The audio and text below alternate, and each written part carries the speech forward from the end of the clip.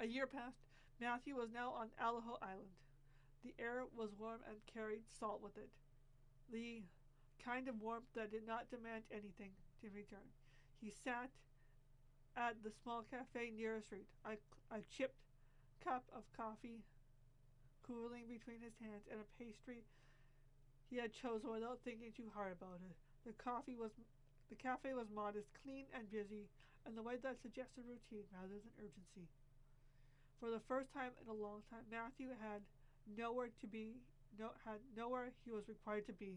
He looked up and noticed a young woman seated at the young table. She was Asian, slight, with dark hair pulled back neatly. She had only one arm, the sleeve and the other carefully pinned, not hidden, not emphasized, simply present.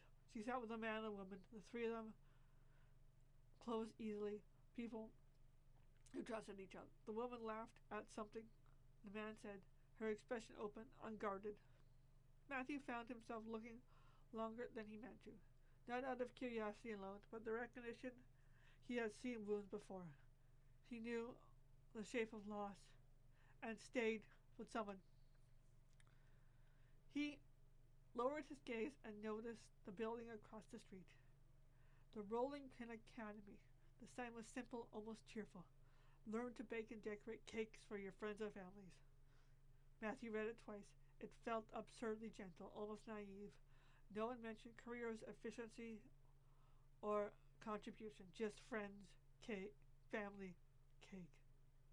He finished his coffee and pastry slowly. The cafe noise went around him. Cups. People living to the point of catastrophe.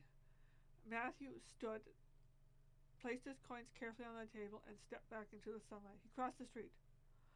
The door of the academy opened. Inside, he could smell sugar and bread and something warm that reminded him unexpectedly of home. Matthew picked up the pen and signed his name.